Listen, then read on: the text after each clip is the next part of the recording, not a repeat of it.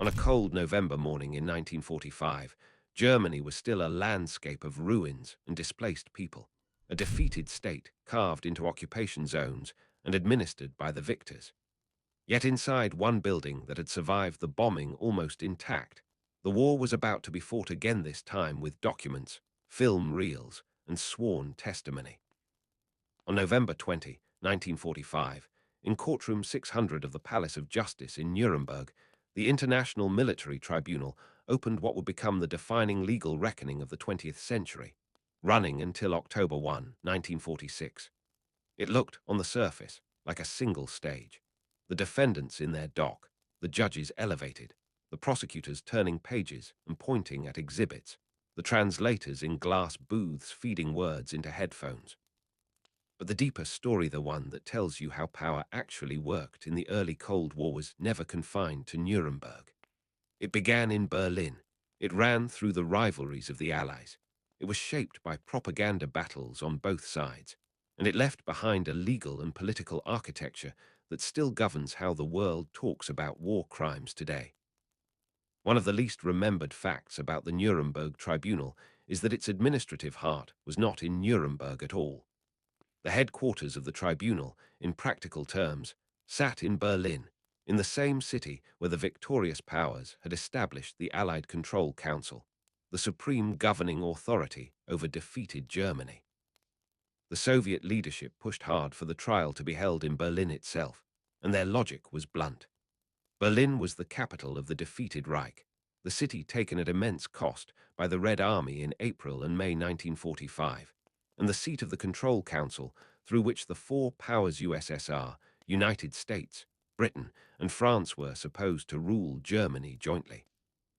A trial in Berlin would have underlined that this was not merely an American or British proceeding staged in a convenient zone, but a judgment rendered by the collective authority of the victors from the very center of the collapsed Nazi state. But the Western Allies insisted on Nuremberg, and not only for symbolism. Nuremberg lay in the American occupation zone, which mattered because security, logistics, and control over the immediate environment were not abstract concerns in 1945. The Palace of Justice there had survived the war in usable condition, and crucially, it was connected by an underground passage to a prison and infrastructural detail that sounds mundane until you remember what the Allies were trying to do. Hold the most notorious surviving leaders of the Third Reich in a secure facility, move them under guard, prevent assassination or escape, and keep them alive long enough to be tried. Berlin, shattered and divided among the occupation sectors, did not offer the same practical advantages. Nuremberg also carried a heavy symbolic charge of its own.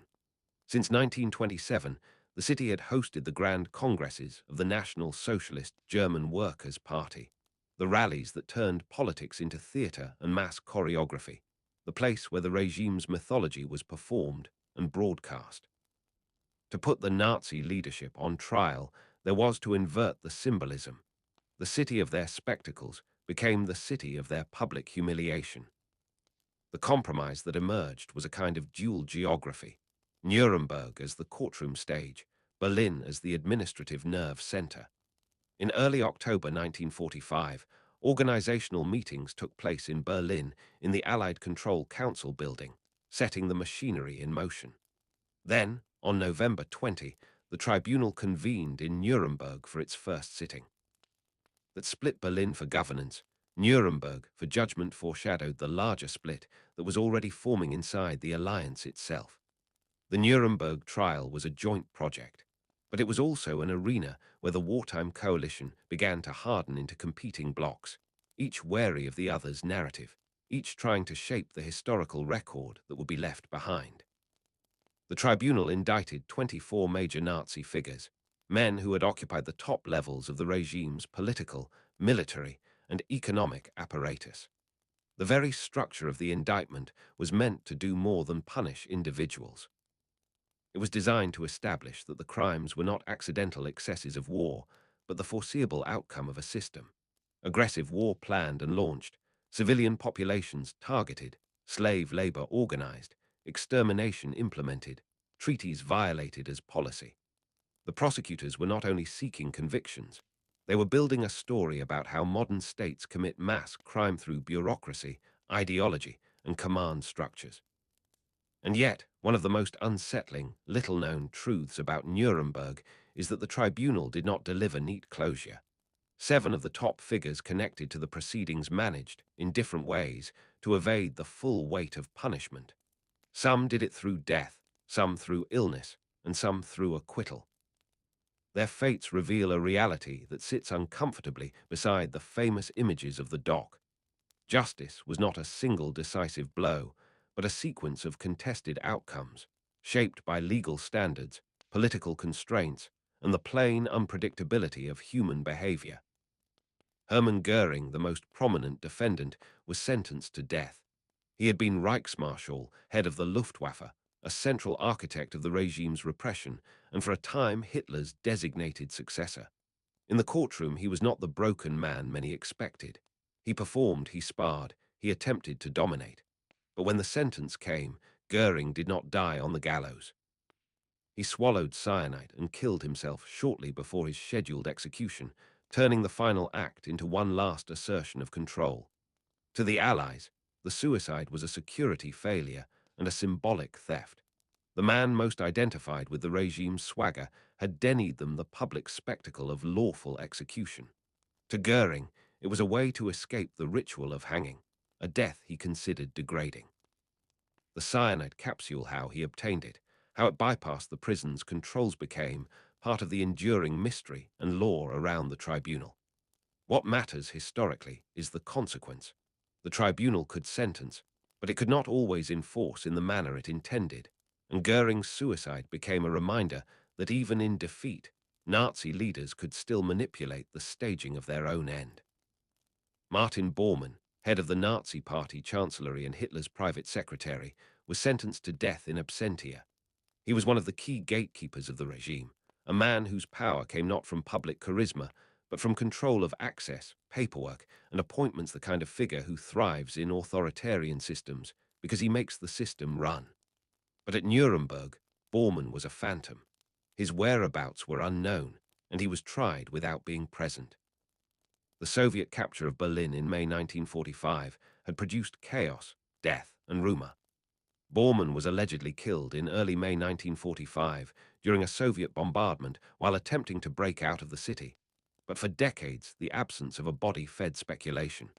Escape routes, hidden identities, intelligence services, South America stories that flourished because the Cold War made such disappearances plausible. Only in 1972 were remains found that were alleged to be Bormann's, and only in 1998 did DNA testing finally confirm their authenticity. That long gap mattered. It meant that one of the tribunal's death sentences floated in historical limbo for half a century, a legal verdict attached to a man who, for many, remained a rumor.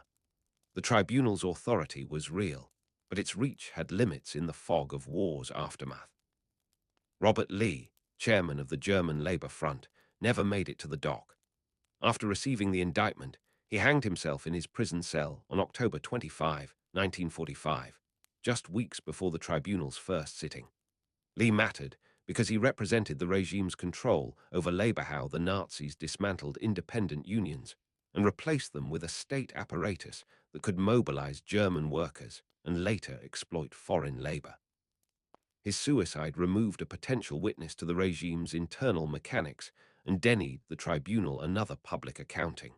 It also highlighted the psychological terrain of the prison. These were men facing not only death, but the collapse of their world and the exposure of their crimes. Some chose to end their lives rather than submit to the process. Then there was Gustav Krupp von Bohlen und Halbach, head of the Krupp industrial conglomerate, a symbol of German heavy industry and its entanglement with the Nazi war machine. The Krupp name had been associated with armaments and militarization long before Hitler, and under the Third Reich, the conglomerate's role in rearmament and wartime production made it central to the question of how corporate power serves state violence. Yet Gustav Krupp did not stand trial. At a preliminary hearing on November 15, 1945, before proceedings formally began, he was declared terminally ill, and the case against him was suspended. Here, the consequences reached beyond one man's health. Nuremberg aimed to demonstrate that responsibility extended beyond uniformed leaders to those who financed, supplied, and profited. When a figure like Krupp avoided trial, even for legitimate medical reasons, it exposed a vulnerability in the narrative of total accountability. Later proceedings would target industrialists, but the first tribunal's inability to try Gustav Krupp left a gap that critics could exploit. The image of justice focusing on political and military leaders, while the economic pillars of the regime seemed more insulated. Three other defendants were acquitted: Franz von Papen, the former vice-chancellor; Hans Fritsch, head of the radio division in the Ministry of Public Enlightenment and Propaganda; and H. Hjalmar Schacht, Reich Minister of Economics. Their acquittals were not proof of innocence in a moral sense.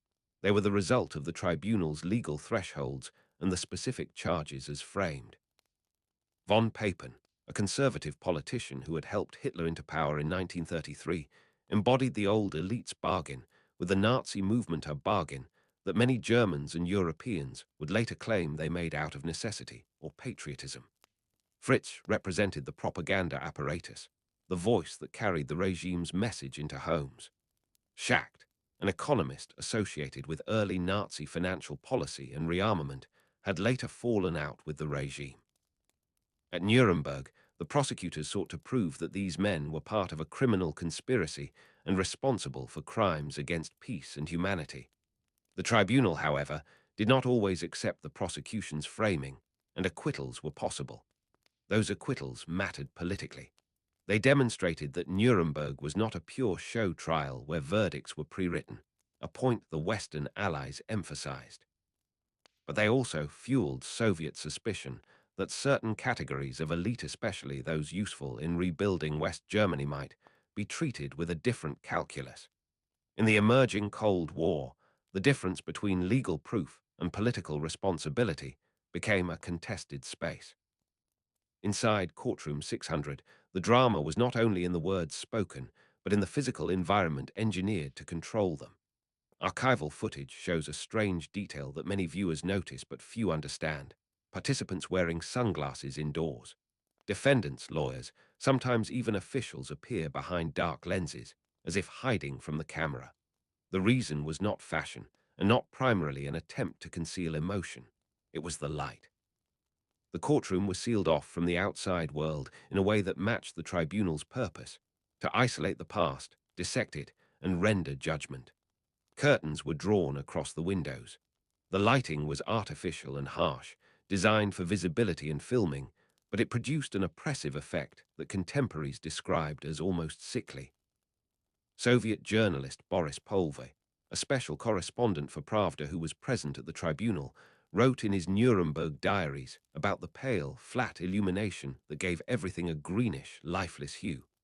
In that environment, eyes strained and headaches formed. Dark glasses became, in a sense, survival equipment for long sessions under relentless lamps. But the symbolism was unavoidable.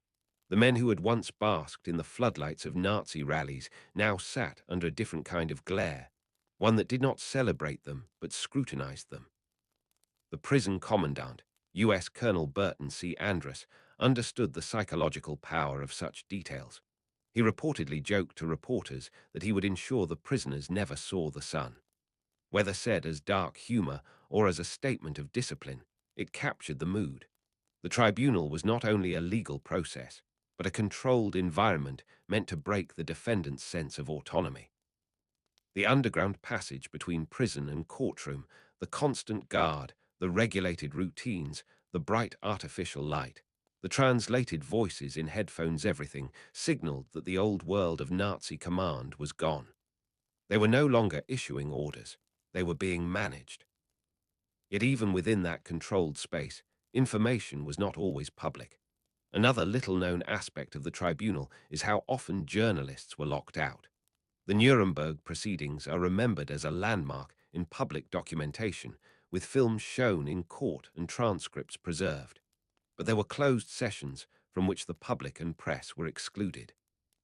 When that happened, reporters, hungry for any hint of what was being discussed behind closed doors, developed an improvised system of signals and acoustic code that turned the building itself into a kind of instrument. Polve recalled that when something interesting emerged during a closed proceeding, an alarm would sound once across the Palace of Justice. If it was particularly noteworthy, a double signal would ring out. If something sensational occurred, the alarm sounded 3 times.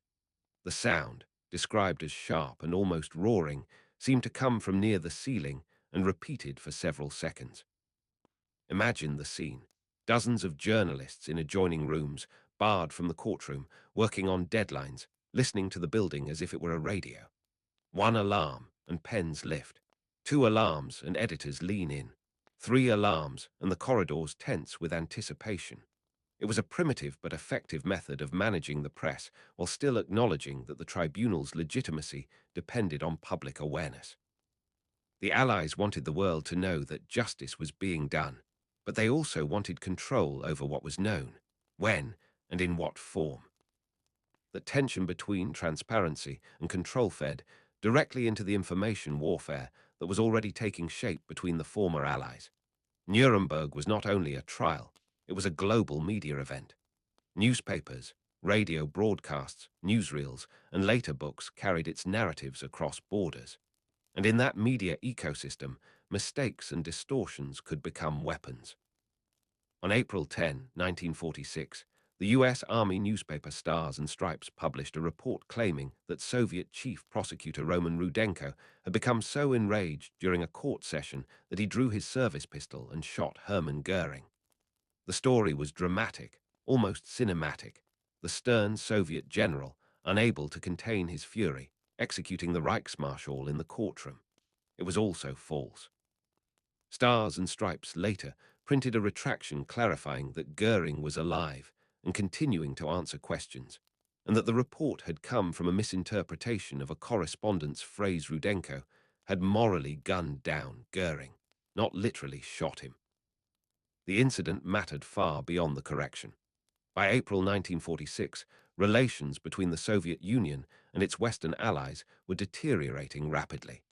Churchill had delivered his Iron Curtain speech in March 1946. Disputes over reparations, occupation policy, and political influence in Eastern Europe were hardening into ideological confrontation. In that climate, a story portraying the Soviet prosecutor as impulsive and violent was not just a journalistic error. It was a narrative that fit emerging stereotypes and could be used to discredit Soviet participation in the tribunal. The retraction did not erase the initial impression. This is how propaganda works in the early Cold War. The first version travels faster and sticks longer than the correction. Nuremberg, meant to establish a common moral baseline, was simultaneously becoming a battleground over who had the right to define morality.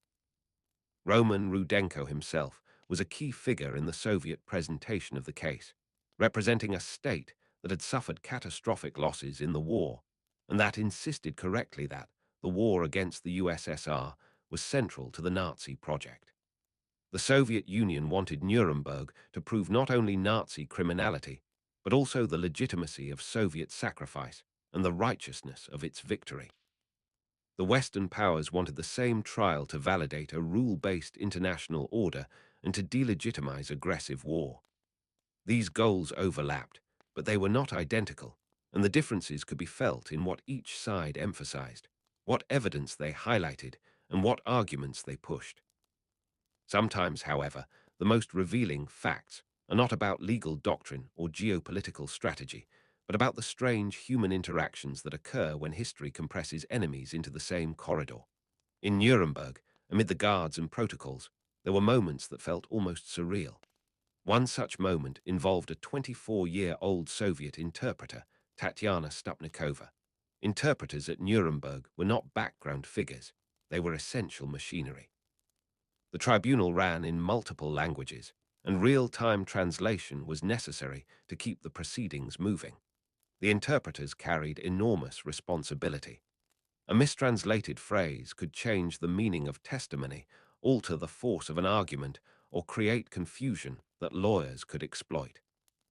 Stupnikova later recalled an incident that cuts through the formal imagery of the trial. Hurrying along a corridor to reach her place in the courtroom, she slipped and nearly fell. A hand caught her, steadying her before she hit the ground. When she looked up, she saw Hermann Goering smiling beside her. He whispered in German, "Vorsicht, mein Kind," meaning, "Be careful, my child." The moment was brief, but it captured something important about Goering's behavior. Even as a prisoner facing death, he attempted to play roles charming aristocrat, paternal figure, master of the room. He could not command armies anymore, but he could still perform. Stupnikova then entered the courtroom, and a French correspondent reportedly told her in German that she was the last woman Goering would hold in his arms. It was a journalist's line-sharp, macabre, perfectly tailored for the atmosphere of Nuremberg, but it also underscored the grotesque proximity of ordinary people to extraordinary criminals in that place. The tribunal was a machine of law, yet it was staffed by young translators, clerks, and guards whose lives brushed against the remnants of a regime that had tried to remake Europe through terror. Boris Polvey, the Pravda correspondent who observed the trial closely, represents another underappreciated dimension of Nuremberg: the way the proceedings fed directly into Soviet cultural production and memory politics. Polvey did not attend as a neutral observer. He was a Soviet war correspondent, shaped by years at the front, writing for a newspaper that was both a journalistic outlet and an instrument of state narrative. Yet even within that framework, he was also a writer with an eye for character and psychological detail. At Nuremberg, he began work on what would become his Stalin Prize-winning novel, The Story of a Real Man, based on the life of Soviet fighter pilot Alexei Moiseev. The connection between a Nazi defendant's testimony and a Soviet heroic novel might sound improbable, but it reveals something about how the Soviet Union processed the war as a moral epic of endurance, sacrifice, and national character. Polvoy was reportedly inspired by Goering's words during testimony when the Reichsmarschall was asked whether he considered the war against the Soviet Union to be a supreme crime that plunged Germany into catastrophe. Goering answered that it was not a crime but a mistake, and he elaborated with a chilling clarity. German intelligence knew approximate numbers read army strength, tanks, planes, industrial capacity. What they did not know, he said, was the Russians themselves. The people of the East had always been an enigma to the West. In that statement, Goering attempted to reframe criminal aggression as strategic miscalculation, to shift the conversation from moral responsibility to geopolitical error. But for a Soviet listener, the line could be inverted into a tribute to Soviet resilience. The invader misjudged not the numbers but the people. This is how Nuremberg echoed beyond the courtroom.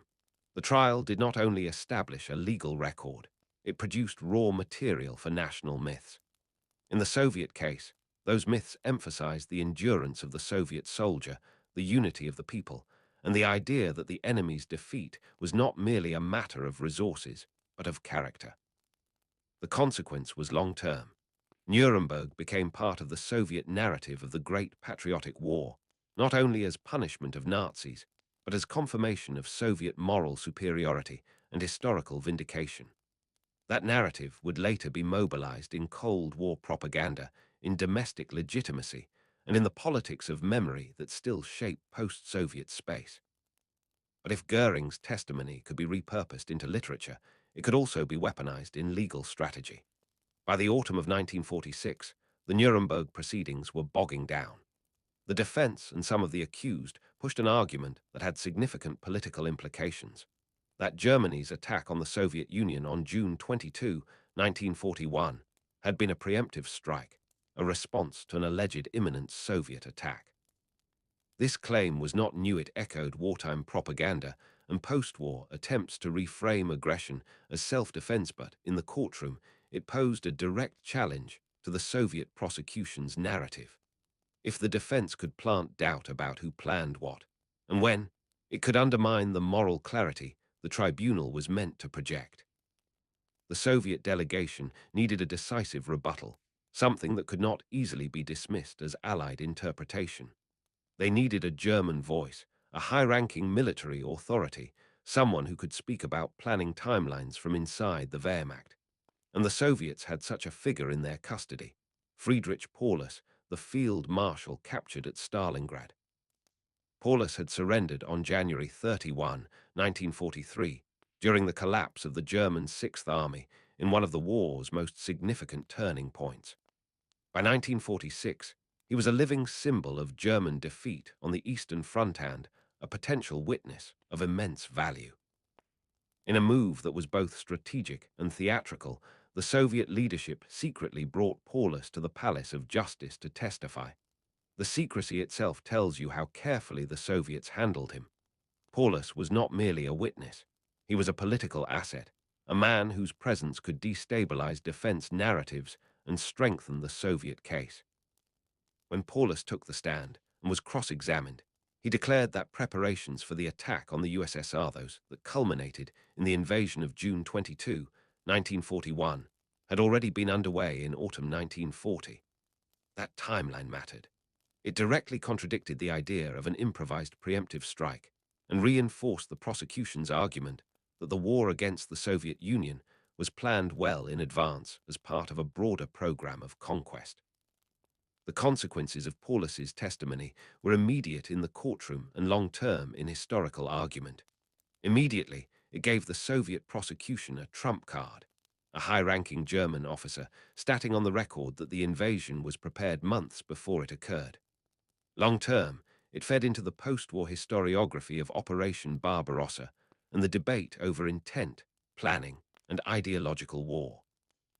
Nuremberg was not the only source for these debates, but it was a foundational one, a place where narratives were tested under oath and preserved in transcript. The Soviet use of Paulus also illustrated a broader truth about Nuremberg. Evidence was not only found, it was produced through political decisions about which witnesses to reveal, when to reveal them, and how to frame their testimony. To understand why these lesser-known incidents matter, you have to see Nuremberg not as a single moral tableau, but as a convergence point of multiple systems: law, occupation governance, propaganda, and the early Cold War. The tribunal was unprecedented in scale and ambition. It sought to criminalize aggressive war itself, to define crimes against humanity, to establish that following orders was not an absolute defense, and to demonstrate that state leaders could be held individually responsible. Those principles would become pillars of international criminal law. But the tribunal also operated under the constraints of its time. It was run by four powers whose alliance was already fraying. It took place in a defeated country where infrastructure and security were fragile. It depended on translation technologies and bureaucratic systems that were still being improvised. It unfolded under the gaze of journalists who were sometimes welcomed and sometimes shut out, and it was interpreted through national lenses that turned the same event into different stories. Even the physical staging told a story. Nuremberg was chosen partly because the Palace of Justice had survived intact and because it connected to a prison via an underground passage, a detail that speaks to how the Allies understood risk. The defendants were not ordinary prisoners. They were symbols, potential martyrs, potential bargaining chips, potential sources of intelligence. Keeping them alive and present was essential. Suicide like Robert Lee's on October 25, 1945, and Goering's after sentencing was not merely a personal act. It was a disruption of the tribunal's planned narrative. It forced the Allies to confront the limits of control and the unpredictable ways in which the accused could still shape outcomes. The acquittals of von Papen, Fritz, and Schacht show another limit. The tribunal's commitment to legal procedure meant that it could not simply convict everyone associated with the regime's rise and functioning. That commitment is part of what gave Nuremberg its enduring legitimacy in the eyes of many legal historians. But politically, acquittals could be read as selective justice, especially by those who believed the Nazi system was so thoroughly criminal that anyone who enabled it should be punished. In the Soviet context, where the war had been framed as a total struggle against fascism, acquittals could look like weakness or compromise. In the Western context, they could be presented as proof that the tribunal was not pure vengeance. The same verdicts served different political narratives. The press restrictions and the alarm system during closed sessions reveal an institution trying to balance openness with control. Nuremberg needed publicity to establish a global precedent, but it also needed secrecy for sensitive matter security, intelligence, procedural disputes among the Allies. That balance is still a problem for international tribunals today, which operate under media scrutiny but must protect witnesses, manage classified evidence, and prevent proceedings from turning into pure spectacle. And the Stars and Stripes false report about Rudenko shooting Goering, followed by a retraction, points to another enduring issue: the fragility of truth in a media environment shaped by speed, rivalry, and political expectation. In 1946, a single misinterpreted phrase could become a sensational story that traveled through military and civilian readerships. Today, in the age of instant viral content, the lesson is even sharper.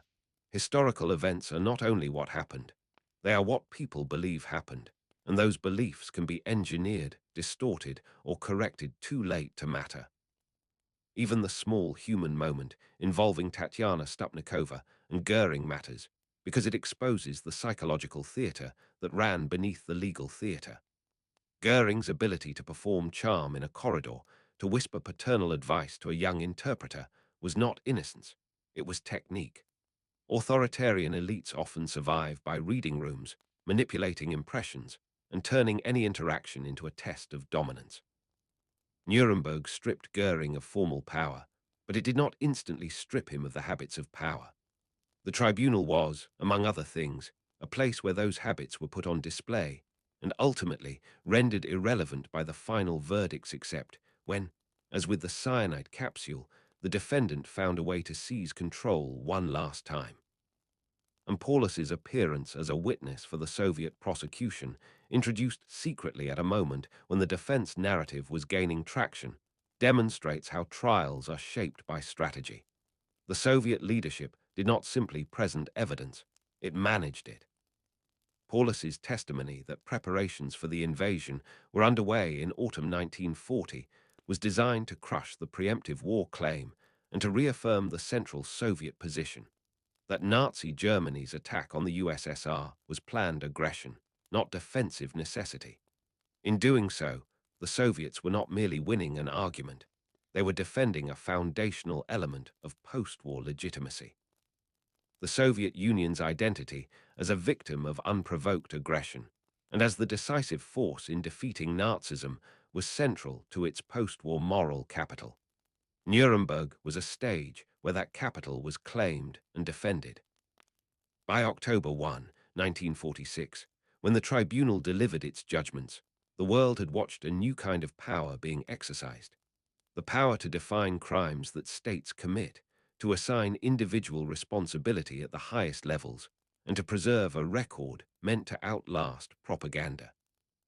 Yet the lesser-known facts: the Berlin headquarters, the suicides and suspended cases, the sunglasses under deathly lights, the coded alarms for excluded journalists, the false report of a prosecutor's gunshot, the way testimony fed Soviet literature, the interpreter's corridor encounter, the secret arrival of Paulustel, you something more complicated and more useful than the simplified myth of justice served. They show that Nuremberg was not a perfectly sealed moral chamber. It was a working institution built in the rubble of war, shaped by competing Allied agendas, vulnerable to misinformation, dependent on logistics, and constantly negotiating between public spectacle and procedural control. Its achievements were real. It created precedents that still underpin international criminal law, and it documented crimes with a rigor that made denial harder. But its imperfections were also real, and they mattered. They shaped who was punished, who escaped, and how the story was told. The modern consequence is not just that Nuremberg gave the world a vocabulary war crimes against humanity, aggressive war, but that it demonstrated how fragile that vocabulary becomes when politics shifts. The same trial that established a baseline for accountability also revealed how quickly narratives can be contested, how easily facts can be bent by media pressure, and how justice can be both a legal process and a geopolitical instrument. In an era when war crimes investigations still collide with great power rivalry, when courts depend on cooperation that politics can withdraw, and when information warfare can flood the public sphere with distortion faster than any retraction can catch up, the hidden mechanics of Nuremberg feel less like trivia and more like a warning. The tribunal's legacy is not only that law can reach the powerful after catastrophe, but that the fight over truth begins immediately and never really ends.